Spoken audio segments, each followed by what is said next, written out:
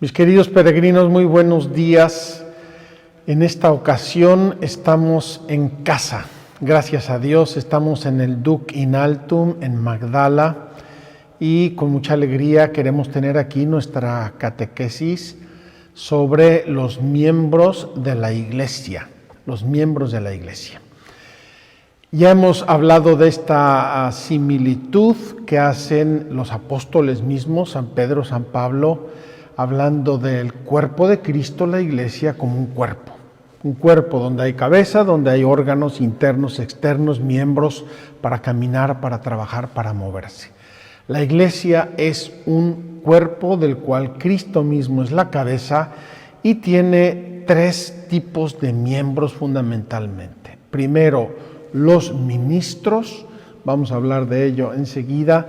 Segundo, los laicos, es decir, la gente normal bautizada de a pie, como dice nuestro canto del credo, santos de a pie, y los consagrados o religiosos, aquellos que profesan los consejos evangélicos y por ello se consagran a un estilo de vida más estrictamente evangélico.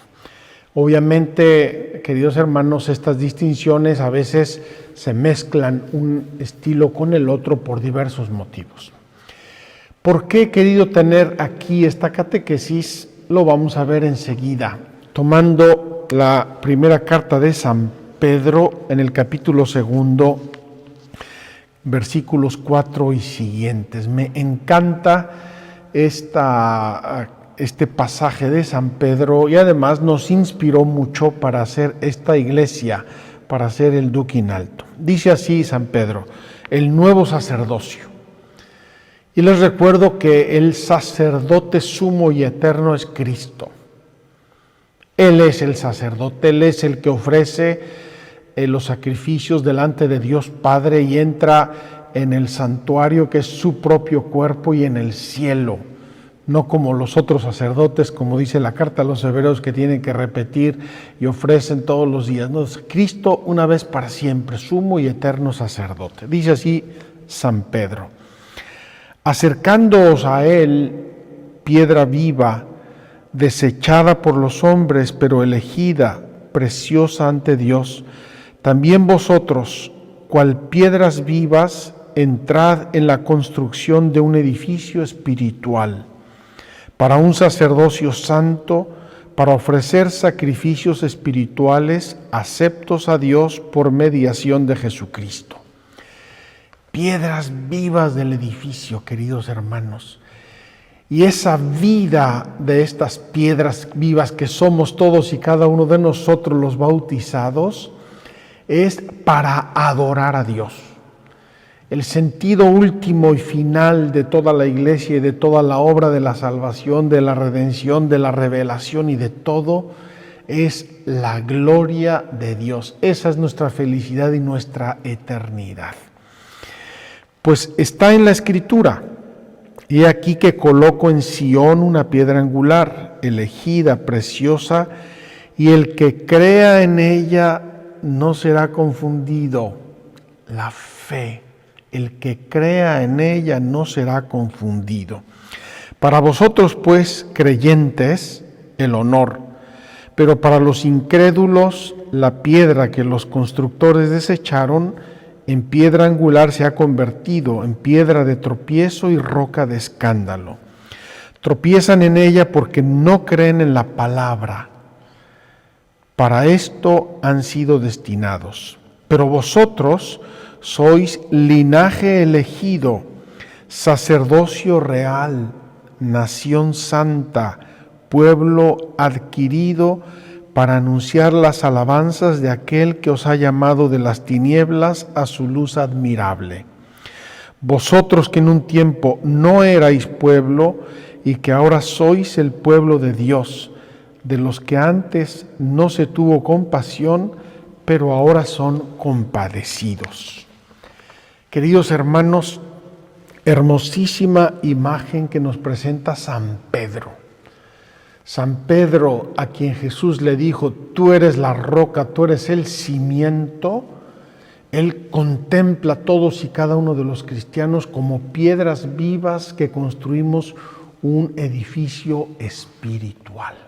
Preciosa imagen de la iglesia, pero quiero tomar también el capítulo 12 de la primera epístola a los Corintios. Primera epístola a los Corintios de San Pablo, capítulo 12. Me encantaría tomar el 12 y el 13, pero no lo voy a hacer por motivos del tiempo. El 13 habla de la caridad, el himno de la caridad, que es una maravilla. Dice así San Pablo, en el versículo 4. Hay diversidad de carismas, pero el Espíritu es el mismo.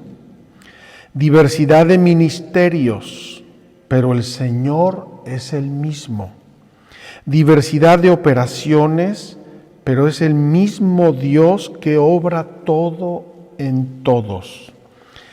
A cada cual se le otorga la manifestación del Espíritu para provecho común, porque a uno se le da por el Espíritu palabra de sabiduría, a otro palabra de ciencia, según el mismo Espíritu, a otro fe en el mismo Espíritu, a otro carismas de curaciones en el único Espíritu, a otro discernimiento de espíritus, a otro diversidad de lenguas, a otro don de interpretarlas. Pero todas estas cosas las obra un mismo y único Espíritu, distribuyéndolas a cada uno en particular según su voluntad. Queridos hermanos, esta expresión de San Pablo es por así decir, la estructura de la iglesia. Un único Dios, un único Señor, un único Espíritu, que dan a los miembros de su iglesia diversas carismas, diversas gracias, diversos ministerios. Y esto es lo que va a estructurar el cuerpo de la iglesia. Por eso dice el mismo San Pablo enseguida, pues del mismo modo que el cuerpo es uno, aunque tiene muchos miembros, y todos los miembros del cuerpo, no obstante su pluralidad, no forman más que un solo cuerpo, así también Cristo. Porque en un solo espíritu hemos sido todos bautizados, para no formar más que un cuerpo, judíos y griegos, esclavos y libres, y todos hemos bebido de un solo espíritu. Así también el cuerpo no se compone de un solo miembro, sino de muchos. Si dijera el pie, puesto que no soy mano, yo no soy del cuerpo, ¿dejaría de ser parte del cuerpo por eso? Y si el oído dijera, puesto que no soy ojo, no soy del cuerpo, ¿dejaría de ser parte del cuerpo por eso? Si todo el cuerpo fuera ojo, ¿dónde quedaría el oído? Y si fuera todo oído, ¿dónde el olfato? Ahora bien, Dios puso cada uno de los miembros en el cuerpo según su voluntad. Si todo fuera un solo miembro, ¿dónde quedaría el cuerpo? Ahora bien, muchos son los miembros, mas uno el cuerpo. Y no puede el ojo decir a la mano, no te necesito, ni la cabeza a los pies, no os necesito. Queridos hermanos, esto ha sido a modo de introducción para pensar en la complejidad y en la belleza del cuerpo de la iglesia. Ese cuerpo que instituyó Cristo, que fundó Cristo, y que es parte del mismo Cristo y que está encargado de transmitir a todos los pueblos y de todos los tiempos la riqueza de la gracia, la riqueza de la redención, de la fe, de los dones, de los sacramentos.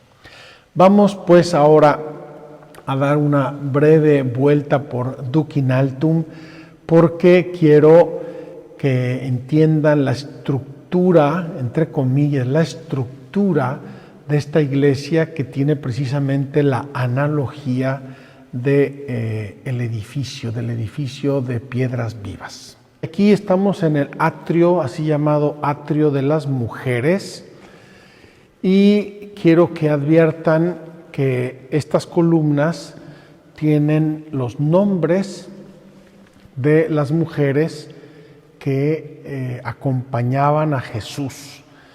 Un grupo de mujeres que elegimos nosotros, espero que no de modo muy arbitrario, y que eran las que acompañaron a Jesús, las que apoyaron su ministerio, las que realizaron con él la gran obra de la evangelización. Hay 8 columnas, de las cuales 7 tienen nombres, y esta en particular no tiene ningún nombre, porque esta columna representa a todas las mujeres del mundo. Yo espero que todas las mujeres que nos están viendo se sientan aquí bien orgullosas y bien representadas. Y les voy a decir una anécdota. Cuando entramos aquí con grupos de peregrinos, suelo preguntarles una cosa a mis peregrinos, y esa cosa es: ¿quién te enseñó a amar a Dios?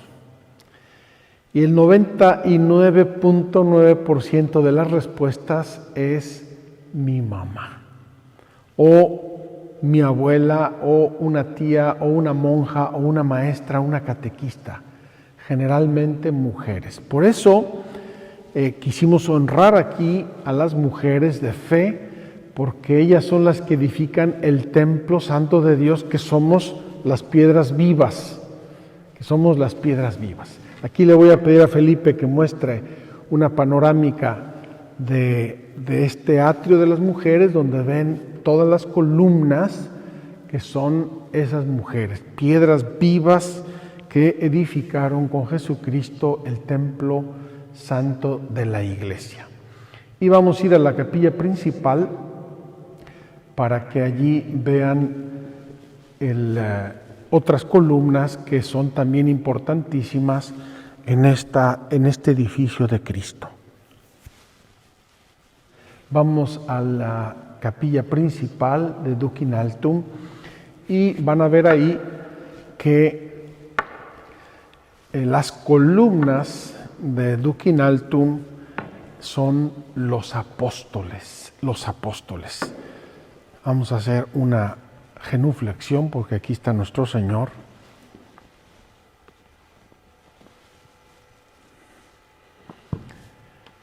Queridos hermanos, vamos a invitar a Felipe que pase al centro del Duc in Altum y que dé una vuelta general para mostrar las columnas de este hermoso templo Duc in Altum, que son los apóstoles. Este concepto de las columnas, que son los apóstoles, es un concepto que tomamos del Apocalipsis. Dice el Apocalipsis que en la iglesia del cielo están las columnas de los 12 apóstoles y tienen grabados sus nombres. Por eso aquí grabamos los nombres de los apóstoles en la piedra y están allí puestos todos y cada uno de ellos. Columnas de la iglesia, piedras vivas, todos y cada uno miembros de Cristo insertados en su cuerpo por el bautismo. Somos piedras que edificamos este templo, el templo santo de Dios. Vamos ahora a la capilla que llamamos de la llamada, donde está la llamada de los apóstoles, porque, queridos hermanos, la iglesia es apostólica y como tal tiene un elemento muy importante de su vida, de sus miembros, de su estructura, que es la sagrada jerarquía, el orden, el ministerio de los apóstoles. Simplemente la voy a introducir. Está aquí Jesucristo, como dice el Evangelio, caminando al lado del mar de Galilea. Encuentra a 2 hermanos que están lavando sus redes, Pedro y Andrés, y les dice: venid conmigo y os haré pescadores de hombres. Va más adelante y ve a otros 2 hermanos, Santiago y Juan, y también a ellos les dice: venid conmigo y os haré pescadores de hombres. La escena es maravillosa, es conmovedora. Dice: inmediatamente se levantaron y lo siguieron. Punto y basta. Por eso, queridos hermanos, hemos querido aquí, estamos al lado del mar de Galilea, hemos querido aquí recordar este hermoso misterio de la vocación, la llamada. ¿Por qué? ¿Por qué 12? Porque estos 12 es un misterio, como San Juan Pablo II llamó a su propia vocación, don y misterio. Queridos hermanos, voy a leer los artículos de introducción, los números de introducción a este párrafo del catecismo, porque son preciosos y son muy significativos. Estamos hablando de los números 871, 872 y 873 del catecismo. Me parece increíble que ya hemos visto 800 números del catecismo de la Iglesia Católica, pero así es. Y si Dios quiere vamos a llegar casi a los 1000 en los próximos días. Dice así el catecismo: son fieles cristianos quienes, incorporados a Cristo por el bautismo, se integran en el pueblo de Dios y hechos partícipes a su modo por esta razón de la función sacerdotal, profética y real de Cristo, cada uno según su propia condición, son llamados a desempeñar la misión que Dios encomendó cumplir a la Iglesia en el mundo. Vamos a ver las partes que contiene este número porque son muy importantes. Primero, todos los bautizados son miembros de Cristo. Nacimos, renacimos a la gracia y a la vida de Dios por el bautismo. Primera cosa. Segunda cosa, integramos el pueblo de Dios.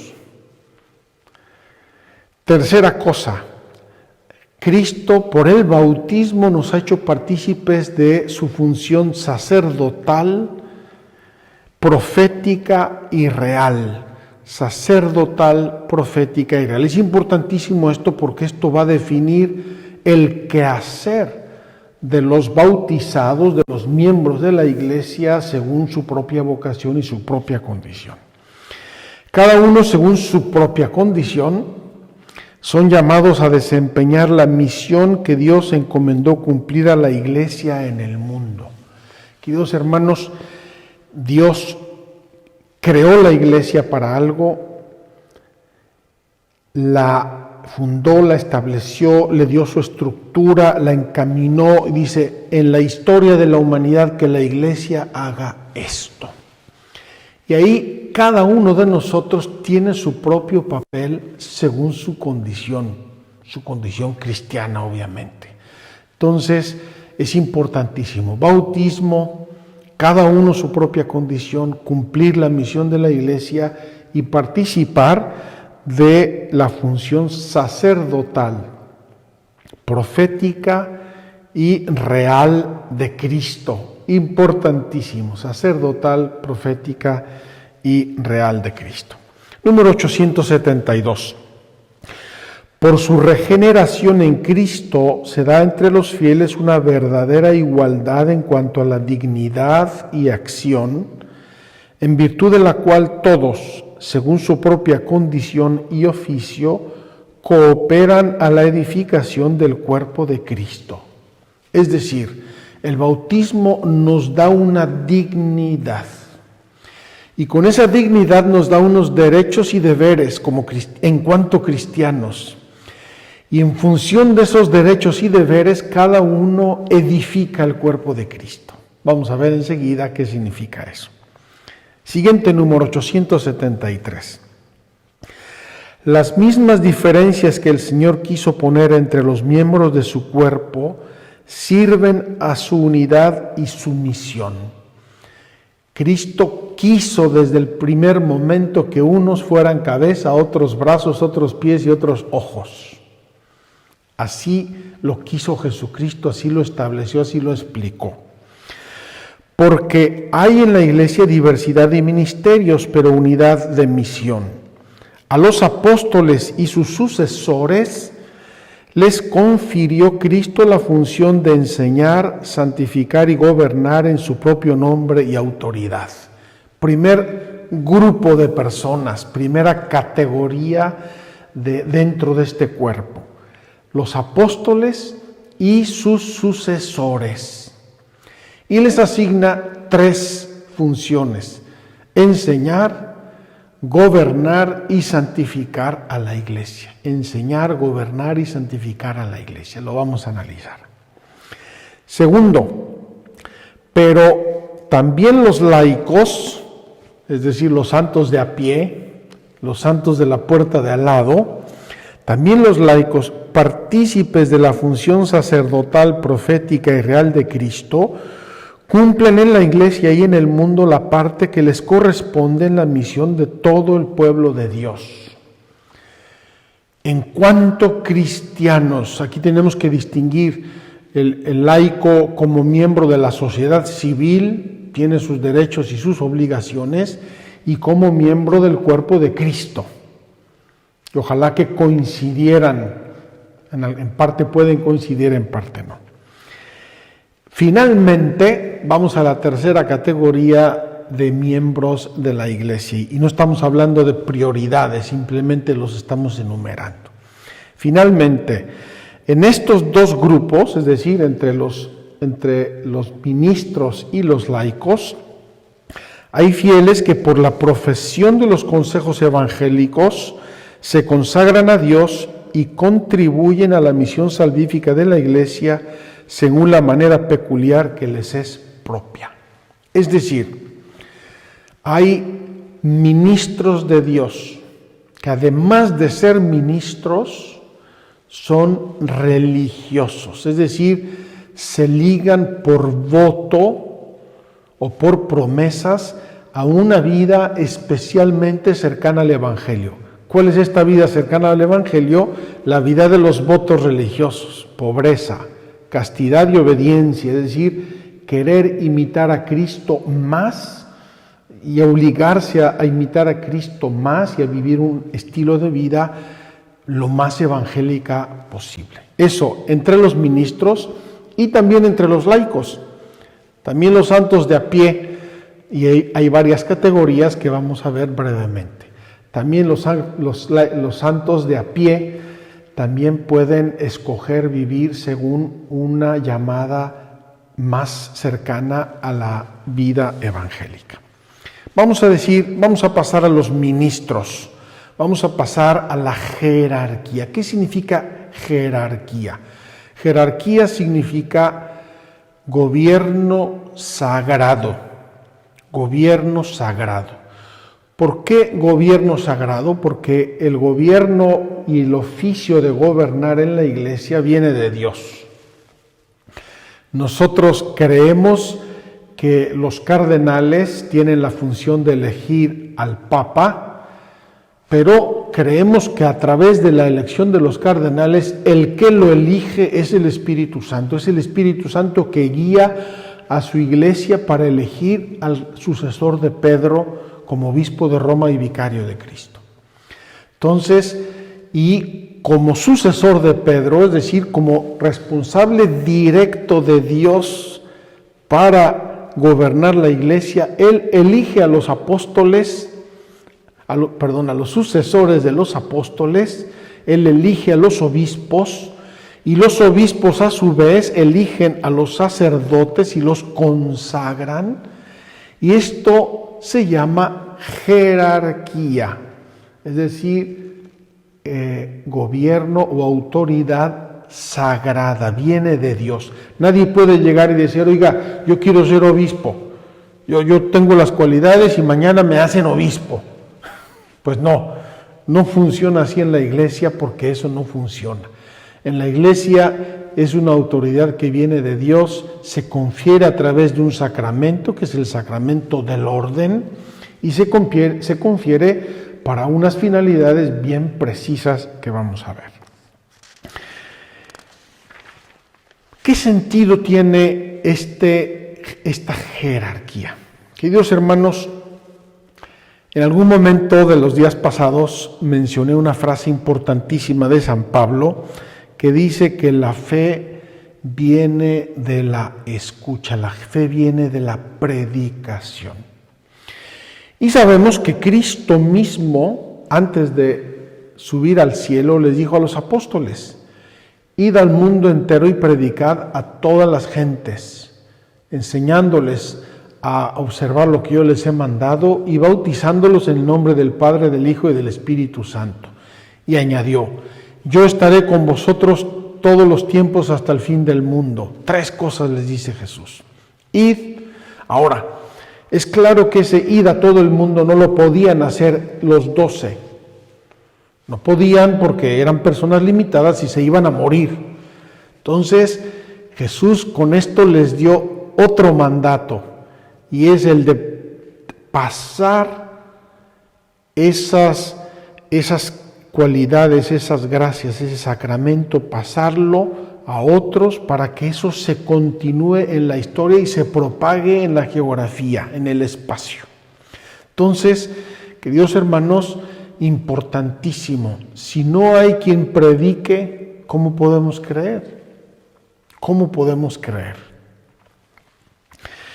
Ese ministerio, ¿cómo se llama? Ministerio es igual a servicio, es un servicio.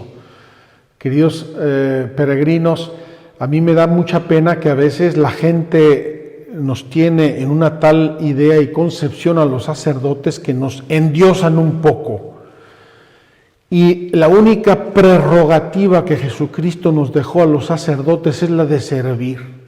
Por eso, en el lavatorio de los pies, después de lavarle los pies a los discípulos en la última cena, les dijo, vosotros me llamáis el Señor y el Maestro, y lo soy. Pues si yo que soy el Señor y el Maestro os he lavado los pies, es decir, os he servido, vosotros también tenéis que hacer lo mismo. Me parece importantísimo para que nosotros, ministros de Dios, mantengamos nuestra actitud de servicio, y vosotros, ustedes, queridos hermanos, no nos endiosen ni nos levanten en altares que no nos corresponden. Nuestra misión es servir, siervo de Dios, siervo de Cristo. Ese carácter sacramental del ministerio implica otra cosa importante. Cristo estableció un colegio. Desde el día 1, queridos hermanos, que bajó del monte Jesús y estaba la muchedumbre de sus discípulos y escogió a 12, escogió a un grupo y lo tuvo mantenido y lo mandó juntos y le dio instrucciones juntos y les dedicaba mucho tiempo a ellos juntos, solos. Este colegio es el colegio apostólico. Y este colegio apostólico, que al inicio era Jesús con los 12, después se convirtió en Pedro con los 11 y Pedro con los sucesores de estos, es decir, el Papa y los sucesores de los apóstoles. Este es el colegio, este es el sentido colegial del ministerio ordenado. Luego, cada obispo en su propia diócesis, como sucesor de los apóstoles, tiene su presbiterio, es decir, sus sacerdotes y sus diáconos, y con ellos ejerce su misión de enseñar, santificar y gobernar a la Iglesia. Finalmente, queridos hermanos, este ministerio es personal. Personal significa que lo recibe una persona específica, concreta, y lo recibe de otra persona específica, concreta. En la administración de los sacramentos, dice, yo te bautizo, yo te perdono, y así yo te consagro a ti sacerdote o te consagro a ti obispo. Me parece importante y preciosa esta dimensión personal de la transmisión de la fe, de la transmisión de los ministerios, etcétera, etcétera. El colegio episcopal son todos los obispos con el Papa, en comunión con el Papa, y ellos tienen la función de extender en el tiempo y en la geografía el trabajo y el ministerio de los apóstoles. Colegio o cuerpo episcopal que cuando se reúne todo junto tiene también la gracia, el carisma de la infalibilidad y es el concilio ecuménico. Cuando todos los obispos con el Papa se reúnen en comunión para discutir y discernir asuntos de fe o de moral, gozan de la gracia del don de la infalibilidad. De esto hablamos al hablar de la transmisión de la fe, para que la fe sea siempre la misma, sea santa y sea pura y no se desvirtúe en el tiempo. Podríamos decir muchas otras cosas, queridos hermanos, me encantaría bajar a más detalles, pero realmente no nos da el tiempo. 3 misiones tienen los obispos: enseñar, y enseñar significa fundamentalmente educar en la fe, transmitir el Evangelio, transmitir la palabra de Dios, enseñar a las gentes a guardar los mandamientos de Dios. Y esto es lo que hace el oficio pastoral del magisterio, magister, maestro, la enseñanza. Por eso comenté en algún momento que la iglesia se llama docente y discente. Docente la que enseña, discente la que aprende. Los obispos enseñan, cuando enseñan en comunión con el Papa, transmiten la verdadera fe. En esta comunión con el Papa es importantísima porque si rompen la comunión, es decir, el acuerdo, la fidelidad a lo que enseña el Papa, pues realmente rompe la comunión, la fidelidad a la doctrina. La enseñanza, el Papa y los obispos tienen 2 tipos de enseñanza: una ex cátedra, cuando se define la fe, y esa tenemos que obedecerla todo porque es una verdad revelada por Dios infalible. Y otra cuando los obispos enseñan en su ministerio ordinario. Y ese ministerio ordinario requiere de nosotros la obediencia religiosa. Así como a las autoridades les tenemos una obediencia civil, a los obispos y a los pastores les debemos una obediencia religiosa cuando enseñan. Los obispos santifican.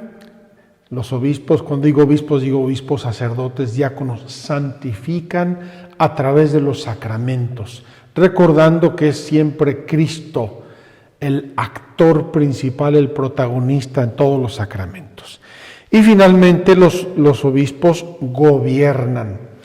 Queridos hermanos, si la iglesia no es un cuerpo estructurado y la mano hace lo que le da la gana y se va de vacaciones, y un ojo se va por un lado y el otro se va por el otro, ese cuerpo está descoyuntado, está mal. Nosotros, el cuerpo de Cristo es un cuerpo armonioso, precioso, santo, aunque en su humanidad puede tener a veces problemas, pero son los obispos que mandan a dónde va la iglesia, y mandan en su diócesis, o el Papa manda y tiene una autoridad inmediata, directa sobre toda la iglesia en todos sitios. Por eso el Papa puede pedirle a un obispo que renuncie a su diócesis, o manda a un obispo nombra a un obispo para una diócesis de cualquier parte del mundo. Imagínense la responsabilidad que tiene el Papa, por eso tenemos que rezar mucho por él. El Papa gobierna sobre toda la iglesia como vicario de Cristo, y los obispos como vicarios de Cristo para su diócesis gobiernan en su propia diócesis y tienen que gobernar, mandar lo que se hace, lo que no se hace, convocar actividades, permitir que se hagan lo que no se hagan, etcétera, etcétera, etcétera. No pueden llegar mañana unos fieles y decir: oiga, ya fundamos una parroquia aquí porque se nos ocurrió. Eso lo tiene que hacer el obispo diocesano, que es el que tiene la facultad y el derecho y el deber de gobernar. Termino con una frase hermosa de San Ignacio de Antioquía, que ya hemos encontrado varias veces en nuestra peregrinación. Estamos hablando del año 110, y ya se ven ahí en germen todos los elementos de la Iglesia. Obedeced todos al obispo como Jesucristo a su Padre, y al presbiterio como a los apóstoles. En cuanto a los diáconos, respetadlos como a la ley de Dios. Que nadie haga al margen del obispo nada en lo que atañe a la Iglesia. Ahí, obviamente, San Ignacio de Antioquía está aplicando a los fieles la invitación que aplica también a los pastores. Uno gobierna y el otro obedece. Queridos hermanos, vamos a aprovechar esta capilla para hablar de los laicos cristianos, de los fieles laicos, de los fieles en la Iglesia. Decimos que todos los bautizados formamos parte de la Iglesia, y dentro de estos todos hay dos grupos. Un grupo que son los ministros, la jerarquía, y hablamos de ello. Otro grupo que son los religiosos, los consagrados o religiosos, los que profesan unos votos o unas promesas de vivir más de cerca los consejos evangélicos. Y el grande cuerpo de la Iglesia, que son los fieles laicos, los laicos normales, los de a pie. Esto no significa nada despectivo ni mucho menos, tienen toda la dignidad de ser cristianos y tienen una tarea muy importante que vamos a ver qué nos dice el catecismo. Por fieles laicos se entiende aquí a todos los cristianos, excepto los miembros del orden sagrado y del estado religioso reconocido en la Iglesia. Son pues los cristianos que están incorporados a Cristo por el bautismo, que forman el pueblo de Dios y que participan a su manera de las funciones de Cristo sacerdote, profeta y rey. Ellos realizan según su condición la misión de todo el pueblo cristiano en la Iglesia y en el mundo. ¿Qué significa, queridos hermanos, participar en las funciones de Cristo sacerdote, profeta y rey? Me parece muy, muy importante esto, vamos a dedicarle un momento. En primer lugar, el laico cristiano, el cristiano de a pie, la familia, el joven, la esposa, el esposo, el empresario, el obrero, el estudiante, el niño de primera comunión, el laico cristiano, tiene la grande misión de hacer presente a Cristo con su vida. Yo como cristiano soy o debo ser levadura en el mundo, debo tratar de que a través de mi vida reluzcan la doctrina y la vida cristiana e impregnen la vida social, la vida del mundo. En todos los ambientes social, político, económico, empresarial, estudiantil, etcétera, etcétera, etcétera. Tienen los laicos derechos y deberes por el bautismo y por los sacramentos que han recibido, y esto se expresa en la participación de la misión de Cristo. Primer aspecto de la misión, sacerdotal. Somos un pueblo sacerdotal. Y esto significa que estamos llamados a producir frutos abundantes del Espíritu. Queridos hermanos, el sacerdote, Cristo sacerdote, es el que ofrece el mundo a su Padre Dios. Es el que ofrece sacrificios, oblaciones, alabanzas a Dios Padre. Y los laicos se unen al ministerio sacerdotal de Cristo cuando viven santamente. ¿Cómo? Con todas sus obras, con sus oraciones, con sus tareas apostólicas, con su vida conyugal y familiar, con su trabajo diario, con su descanso espiritual y corporal, si se realizan en el Espíritu, e incluso los sacrificios y molestias de cada día, si se llevan con paciencia, todo se convierte en sacrificios espirituales ofrecidos a Dios por Jesucristo. Queridos hermanos, nuestra vida no tiene descartes.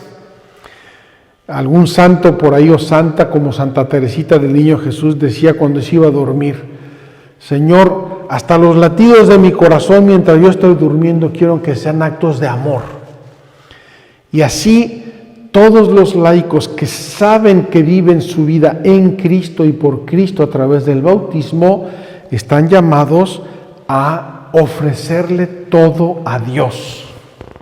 Imagínense si todos los bautizados cada día le ofrecen a Dios su día, su trabajo, sus adversidades, sus sufrimientos, sus alegrías, sus triunfos.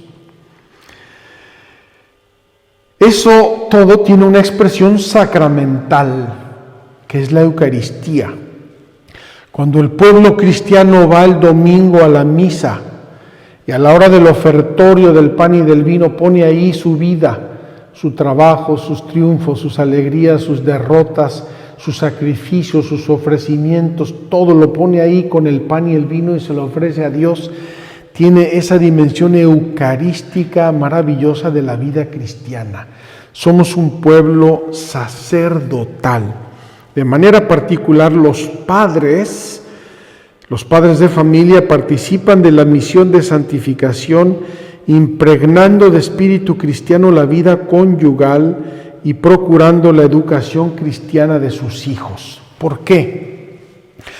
Porque la familia es la base. No podemos nosotros pensar en la sociedad, en ámbitos sociales, el mundo de la cultura, el mundo del trabajo, si no pasamos antes por el de la familia, que es donde se forjan todas estas cosas. En el amor, en la convicción, en el ejemplo, en la doctrina, en la oración, en los hábitos.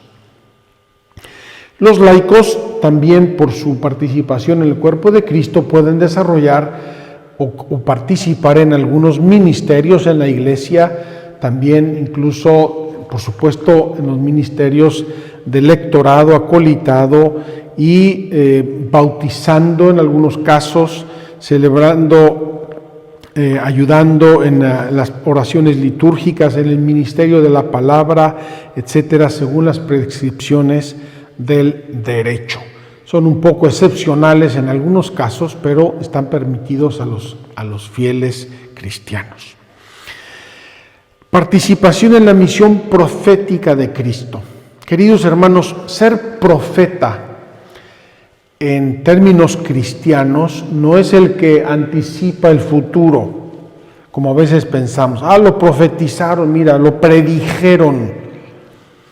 Ser profeta en términos cristianos significa ver las cosas con los ojos de Dios. Significa impregnar la propia vida con la luz del Evangelio. Decía un profesor mío en la escuela, decía, ustedes se tienen que ver hasta cuando juegan que son cristianos. Se tiene que notar su vida cristiana aun cuando están jugando. Queridos hermanos, eso es ser profeta. Y también, obviamente, profeta en sentido más estricto cuando enseño la palabra de Dios. Y aquí están los catequistas, aquí están los que enseñan la palabra de Dios, la Biblia, los que colaboran en escuelas bíblicas, escuelas de la fe, las parroquias, etcétera. Y también los influencers, dice aquí en los medios de comunicación social, pero hay mucha gente que son influencers y transmiten el Evangelio, transmiten los valores, transmiten la doctrina de Dios, de la Iglesia, de la Biblia, de la palabra de Dios. Aquí, queridos hermanos, una grande responsabilidad a nosotros cristianos. No podemos prestarnos a transmitir antivalores, cosas contrarias a nuestra fe, a nuestra moral, cosas que van a dañar a otros. Ya creo que ustedes tienen inteligencia para entender un poco por dónde van las cosas. Tiene el derecho y a veces incluso el deber, en razón de su propio conocimiento, competencia y prestigio, los laicos, de manifestar a los pastores sagrados su opinión sobre aquello que pertenece al bien de la Iglesia y de manifestarla a los demás fieles, salvando siempre la integridad de la fe y de las costumbres y la reverencia hacia los pastores, habida cuenta de la utilidad común y de la dignidad de las personas. Quiero decirles que muchas veces hay laicos muy comprometidos con la Iglesia, muy maduros, gente que se ha formado, que le dicen al sacerdote: oiga, padre, está usted obrando mal, o le sugiero, le aconsejo esto, o se lo dicen al obispo. Tengo en la cabeza aquí a mi mamá, ya le he comentado varias veces. Me acuerdo una vez que dijo mi mamá, me vino a visitar al seminario de España, y cuando se iba a regresar, dice, estábamos hablando de algo, dice, yo voy a ir a ver al señor obispo y le voy a decir que no hay confesores en toda la ciudad de Puebla. No sé dónde están los sacerdotes, pero uno intenta confesarse y no encuentra nunca dónde confesarse. Nunca hay sacerdotes que quieran sentarse a escuchar las confesiones. Bien, eso hace 40 años, no sé cómo sea ahora y no estoy juzgando a nadie. Un laico tiene todo el derecho de decirle a los pastores lo que cree que sea para el bien de la Iglesia. En campo de moral, de doctrina, de pastoral, de costumbres o de lo que sea. Tenemos el derecho y el deber, si nuestra conciencia nos lo dice, de sugerir a los pastores respetuosamente lo que creemos importante para el bien de la Iglesia. Finalmente, la participación en la misión regia de Cristo. ¿Qué significa esto, hermanos? Significa que el reino de Cristo verdaderamente se establezca en el mundo. Es decir, que las realidades del mundo se vayan orientando cada vez más según la doctrina de Cristo, según las enseñanzas y el ejemplo de Jesucristo. Y ahí podemos y debemos colaborar todos, especialmente los laicos. Yo, sacerdote, no me voy a ir a meter a un antro. No creo, ¿verdad?, que sea el caso. Pero si yo soy un joven católico y voy a una fiesta, a un antro, voy como católico. Recuerdo un amigo, un hermano mío sacerdote, que decía a los jóvenes que a veces nosotros como católicos hacíamos como los vaqueros de las películas del oeste, que llegan al salón, ¿verdad?, a tomar y dejan el caballo amarrado fuera. Y decía este padre, a veces nos pasa eso, dejamos nuestra conciencia fuera para ir a ciertas actividades recreativas, lúdicas o de la índole que sea. Uno que es católico y que es creyente lo debería hacer siempre y en todo lugar. Y si así lo soy, voy a impregnar del Espíritu de Cristo las cosas y por lo tanto voy a llevarlas a que efectivamente se ordenen según las verdades del Evangelio. Ya les dije en otra ocasión que hay negocios que no son compatibles con la fe católica. Hay actividades que no son compatibles con la fe católica. Recuerdo ahora el testimonio de un muchacho que era hijo de unos narcotraficantes. Y dice que cuando su papá iba a pasar las drogas de México a Estados Unidos, su mamá los ponía a rezar el rosario para que pasara todo bien y no tuvieran problemas.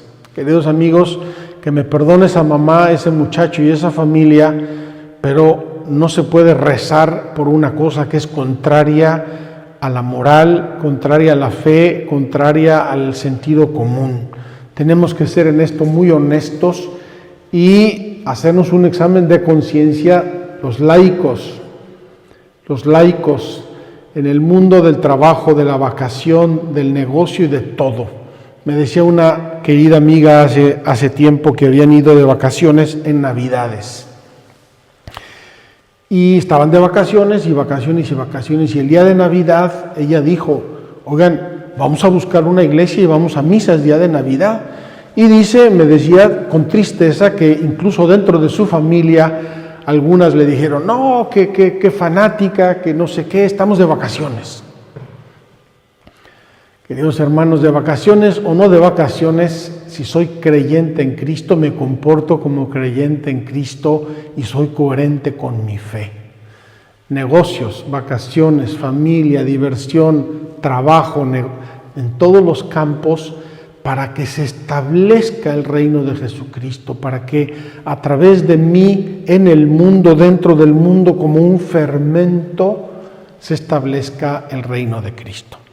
Termino con una simple mención de los consagrados y consagradas. Dentro del cuerpo de la Iglesia hay personas que sienten la llamada a una vida particularmente dedicada al Señor, particularmente dedicada a imitarlo, a vivir el Evangelio y a vivir los consejos evangélicos, es decir, la pobreza, la castidad y la obediencia.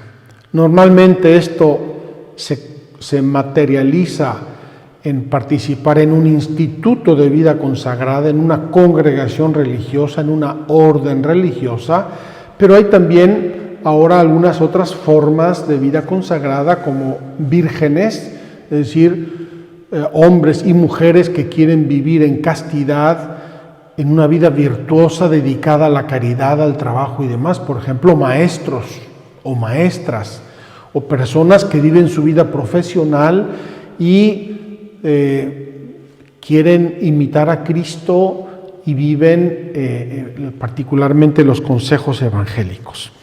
Estos religiosos o religiosas no forman parte estrictamente de la jerarquía de la Iglesia, a no ser que sean nombrados obispos o sacerdotes, sino no forman parte de la jerarquía de la Iglesia como tal, pero colaboran con la Iglesia en la santificación, en el apostolado, en la misión, por su propia vida, por su ejemplo, por su dedicación.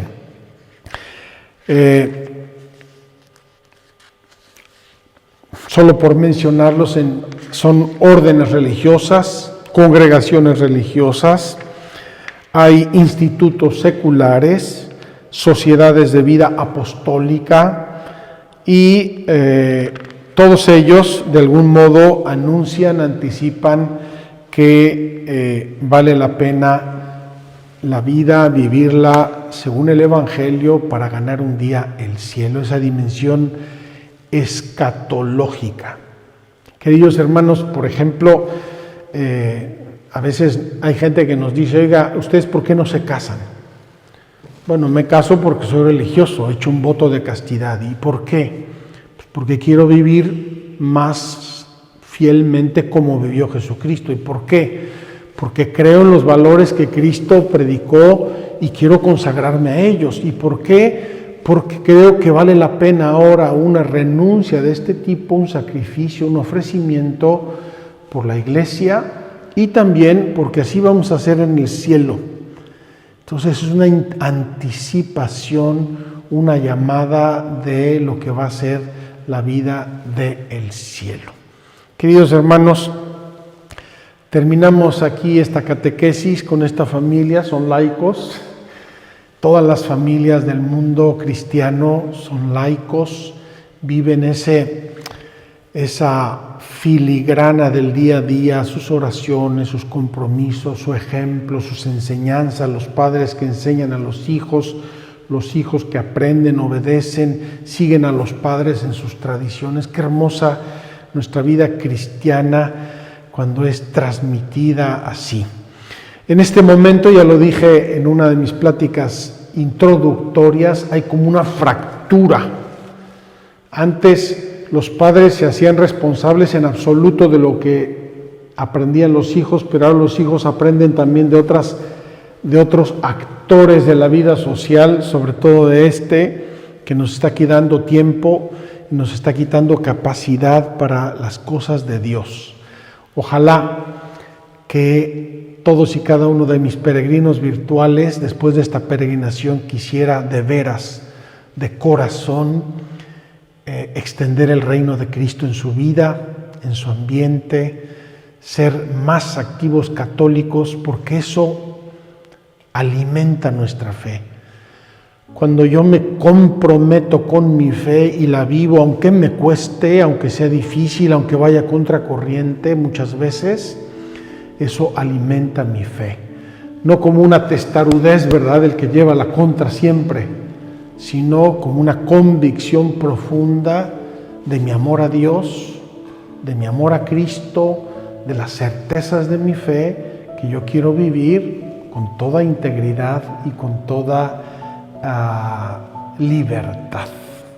Vamos a prepararnos para nuestra Santa Eucaristía en este Duc in altum que, repito, nos recuerda el templo santo de Dios.